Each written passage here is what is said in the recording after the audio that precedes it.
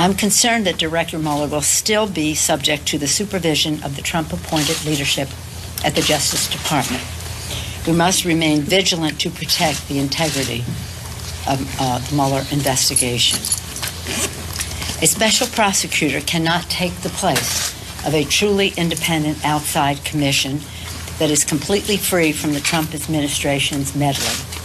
A commission is also necessary to address the broader vulnerability of our elections to foreign interference in the future. The investigation that, what are we calling now? Special counsel Mueller is undertaking is about what has happened and is there wrongdoing.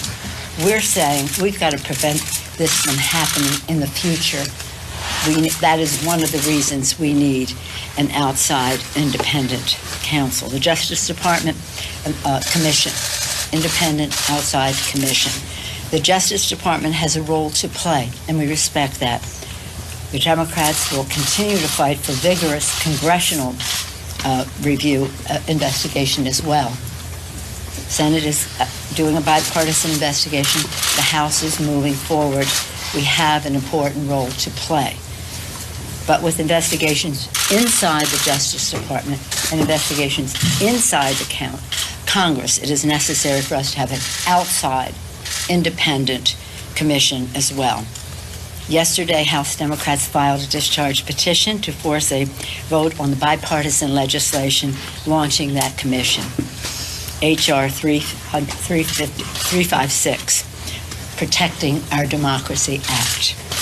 Already, more than 176 members have signed. We expect to have over 190 by the time we have the vote later today. If the president has nothing to hide, then he and the Republicans in Congress should welcome independent investigations to remove all doubt of a cover-up. The American people have a right to know the truth. There is reason to believe that the president's pandering to Russia is endangering our national security, our economy, and our democracy. In a few days, we'll be marking the first 4 months of the Trump administration, the 20th of May. Nothing. There's nothing to show for it. We haven't seen any evidence of a jobs proposal. The president loves to talk about the election. But the election was about jobs. Show us the jobs. Where is his initiative? We were hoping to be working with him on an infrastructure bill. Right from the start, no sign of one. The president's budget will be coming down. Next week, we'll see the president's budget proposal and all the broken promises to the American people that President Trump's budget represents. Instead of creating good-paying jobs, investing in infrastructure, he's ransacking education and job training, cutting the Department of Transportation with a budget that has especially cruel impacts on rural communities. Reports suggest the cruelty of Trump care, which some people are now calling the death panel bill, will be amplified by new cuts to NIH, Medicaid, Social Security, disability benefits, SNAP, and other crucial social services. The president is gutting the EPA and slashing funding for cleaning up hazardous substances cutting funds for clean air and clean water. Why do people even think public policy is important? As a mother, what do I need government to do for my children and my grandchildren? Clean air, clean water, that you can't do for yourself. Clean air, clean water, food safety. Forget about it in the president's budget. The budget is, as you've heard me say over and over, our national budget should be a statement of our values. What is important to us as a country should be reflected in how we allocate our resources, our investments for the future. President Trump has shown that he does not value the future of our children, our seniors, and working families in our country. With that, I'll be pleased to take any questions. Okay, Michael. Thank you, Madam Leader. He comes around now, right? Stranger. Okay. The current political trajectory is not good for Republicans. Do you anticipate a scenario where you will once again be Speaker of the House in 2 years? We don't really talk politics around here that much. Uh-huh. But if you want to talk politics, you can talk to our chair of our DCCC, Benway Lujan. But I will say this, going back to 05 and 06, when President Bush was reelected president, at that time, when we started our initiative to take back the House for the American people, President Bush was at 58%. Everybody said, you don't have a chance because be ready for a permanent Republican majority. 58. By the time we made our contrast, the next 6 months, by September, the president was at 38%. When you're at 38%, well, you're well under 50. It doesn't have to be in the 30s. You get a very high caliber of candidate to run. Others in his own party might say, maybe I'll sit this one out. So I'll be able to tell you more, that is to say, by like September. Can I follow up, please? A few of your members, one notably, took to the floor and talked about impeachment. Do you support a move towards impeachment at this point? Do you allow him to have a completely separate, is that a follow-up? Would you call that a follow-up? We all get them too. It's been a while, I got some sort of. The issue of where we go from here with these investigations is to find the facts for the American people. It is important because I think we're in very uncharted waters. I know people harken back to Watergate or this or that, but this is something that has foreign intrigue. It has issues that relate to undermining our democracy by interference in our election.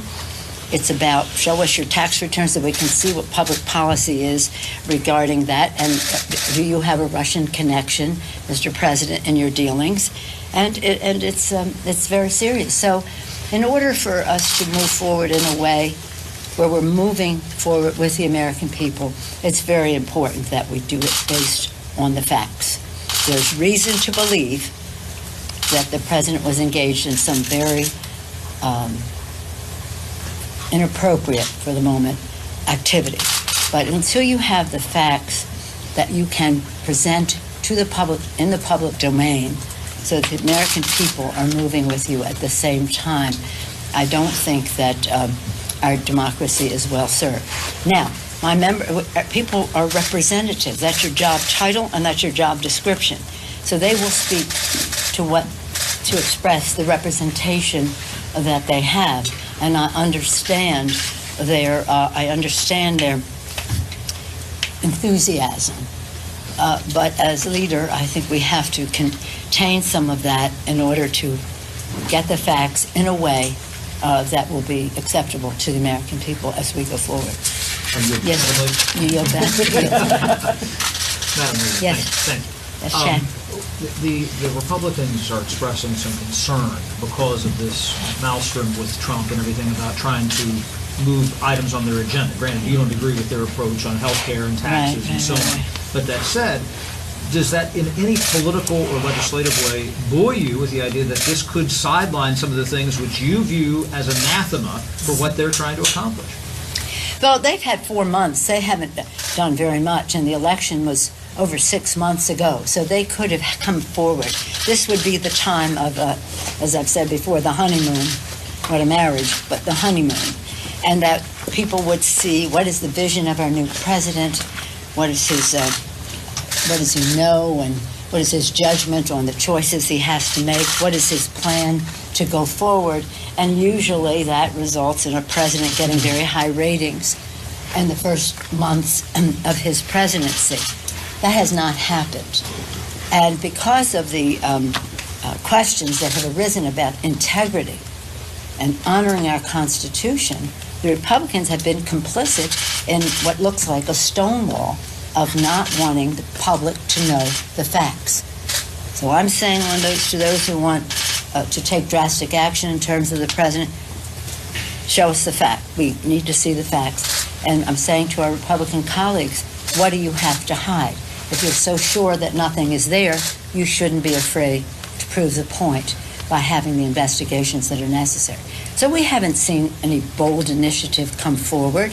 We've seen a terrible, what people are calling death panel bill come forth, which can deprive up to 7 million veterans of their tax credit, $43 billion cut from helping poor children, the worst health bill, one of the worst bills, period, for women in the history of the Congress, as it increased costs, decreases benefits, has a harmful age tax, has 24 million people off coverage, and undermines Medicare. So, very widely unpopular in the public. Where's their jobs, though? They could have introduced a jobs bill early on. By 4 weeks into his administration, 4 weeks from the day of his inauguration, President Obama signed the American Reinvestment and Recovery Act. But it would seem like they're not getting very far on any of those things, and you as trying to be this backstop on your side of the aisle to them trying to move their version of health care or their version of tax reform. This is going off the rail for them. Well, that's their problem, but we have always said that we would work with them on simplification, fairness, review of the tax system in our country, that we would talk about lowering the corporate rate, closing special interest loopholes, having a tax bill that would create jobs, create growth, good-paying jobs for America's workers. We look forward to that discussion. But so far what we've seen is something that adds $5.5 trillion to the deficit as it gives tax breaks to the high end. Their trickle-down has never worked, but let's go to the table with something. But they can't even come to agreement among themselves, whether it's a border tax or one thing and another. They can't even come to agreement themselves. So they want to blame it on the fact that the president has acted in a way that gives people reason to believe that investigations are necessary. You'll have to talk to them about that, but they've had plenty of time to come up with something other than making America sick again. Yes, Nancy? Senator Pelosi, given the concerns that you've expressed about President Trump's judgment, should our foreign partners be nervous right now about sharing sensitive information with the U.S.? Wouldn't you? Wouldn't you be nervous? This is as a person who's been involved in intelligence for decades here, this is a discipline. This is something that you have to, on a regular, daily basis, if you're president of the United States. And you have to understand that words weigh a ton. So what the president did not only possibly jeopardized an individual in operation, but undermined the trust that foreign countries would have in sharing information with us. He shared information that wasn't ours to give. He did so in a manner that said, well, I have a right to do it. But that's not the point. If you have a right to do something, doesn't mean you have a right to do it wrong. And this is very serious. I'm not sure. I think if he would get his daily briefing, what I'd like him to do, come to the White House, live where former presidents have lived, be inspired by the challenges they faced, be disciplined, learn what you're supposed to learn, and not brag that you know more because you had a little bit of knowledge is a dangerous thing when it comes to intelligence and in terms of not understanding your responsibility to total confidentiality. So in terms of foreign countries, of course, I just came back with this in 4 different countries, and people want to work with the president. They want to work with America. Liaison relationships in terms of intelligence are long-standing, one president or another. That's the relationship that our countries and our people have with each other. What he did was very damaging. So you have to ask those foreign governments what that means about how willing they might be to share intelligence with him. What does it mean for national security if they don't feel as comfortable sharing that intelligence? Well, it's not a strengthener, that's for sure. I mean, the intelligence is one of the great preventers of armed conflict. When I first started on intelligence, early mid-90s, it was about force protection. how do we protect our forces if they have to go into harm's way, and that's still our overriding purpose, to avoid conflict if possible by intelligence, but if we have to go, to make sure that our military knows everything they need to know that is possible. So then later it became overarching issues like drug trade, terrorism, the relationship between them, and other issues along the way. And now that was more in a bipolar world with Soviet Union, U.S., even though the wall had come down already in the 90s. Now we have asymmetric threats, and you cannot be frivolous with that. You're the President of the United States, leader of the free world. And what can I say? The place is unruly, undisciplined, unreliable, and unsafe. They need some adult supervision. Leader Pelosi. I'll What do come you back to make you. of Congressman Chapin stepping down early, supposedly to go to Fox News? And what do you think about if Trey Gowdy were to become chairman? Would that help alleviate some of the concerns Democrats have had about what they see as the lack of oversight of the Trump administration? I just got off a plane. I don't know about it. Last I heard he was running for governor. Last I heard he had a bad foot and couldn't serve. I mean, I don't know what's next, so I can't keep up with that.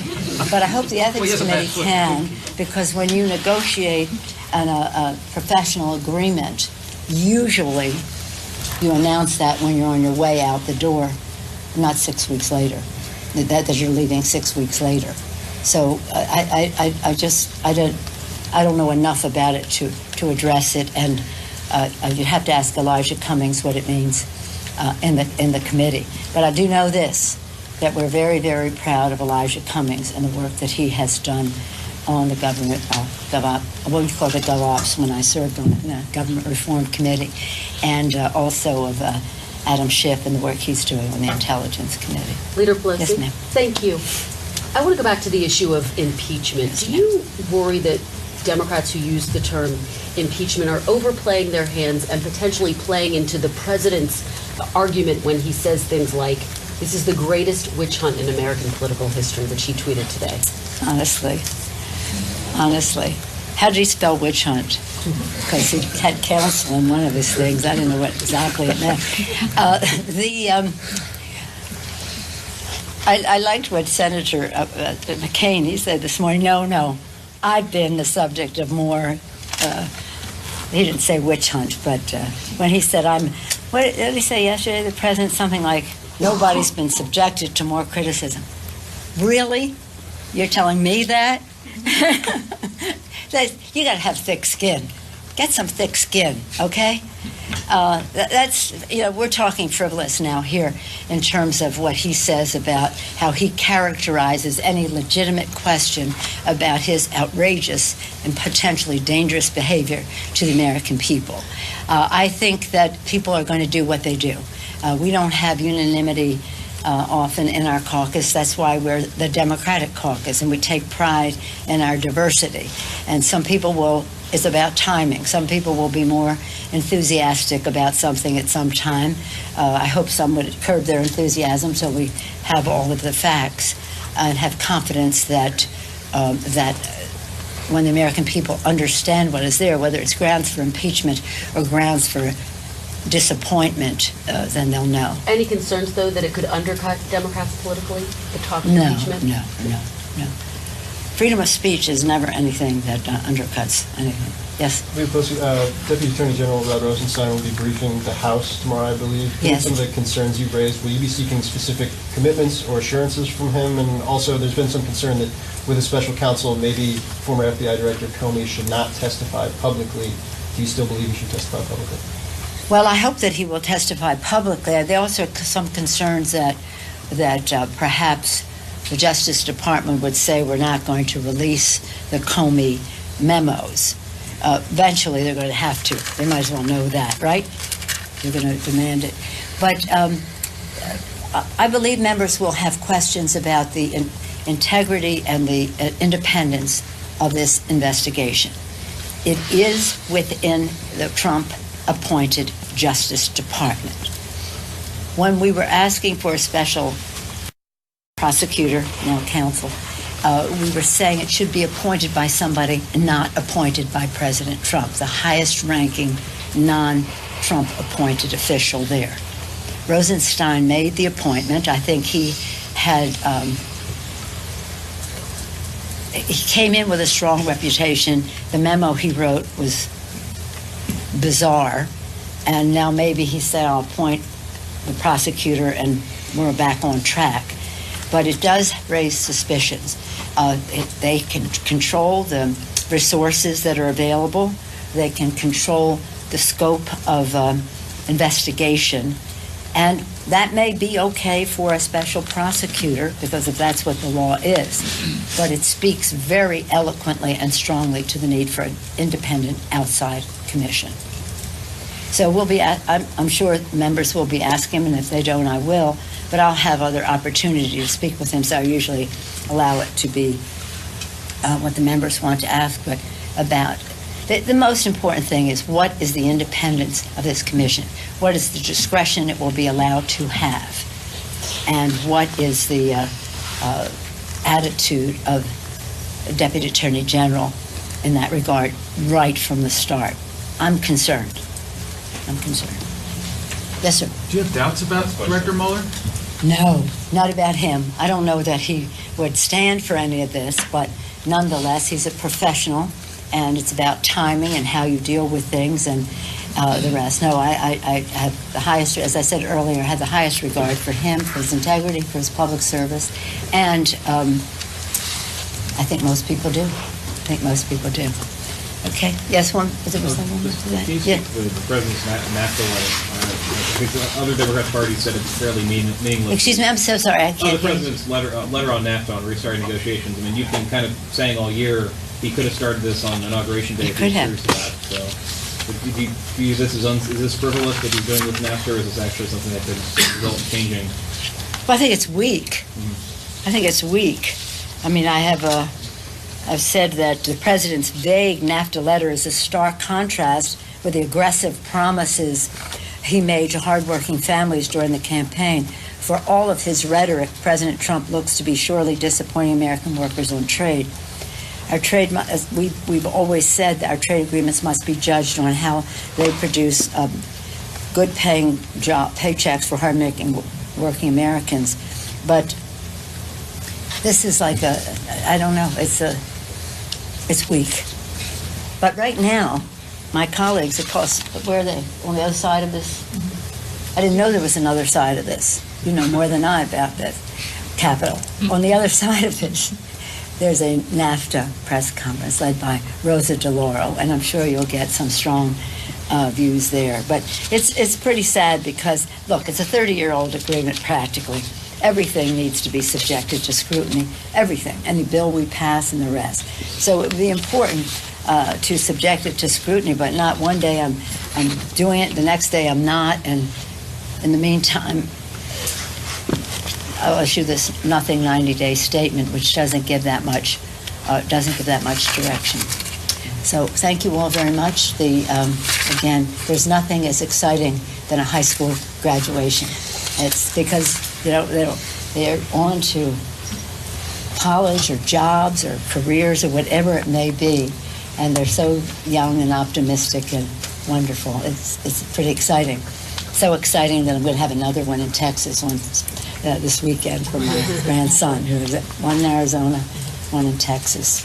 Thank you all. Congratulations. Yeah. I thought you were going to ask me if I saw you earlier in the week when I was here about Mother's Day and what was the best Mother's Day present. Of course, the joy of seeing my healthy grandchildren and my 5 kids, my 9 grandkids.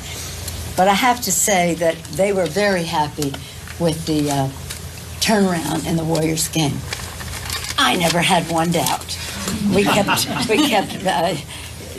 emailing texting each other, just hold on, they're going to cut the lead. Our second half is going to be like their first half. We're going to win. Wasn't it great? See, I'm now going for 12 straight. We're up to 10. We're up to 12 straight. We'll see. Yeah, well. Just accidental, but since you asked. Golden State Warriors. They're playing the Cavaliers in the final Oh, last I think it's year. going to be a different game. I was there for that game, yeah. That was terrible. But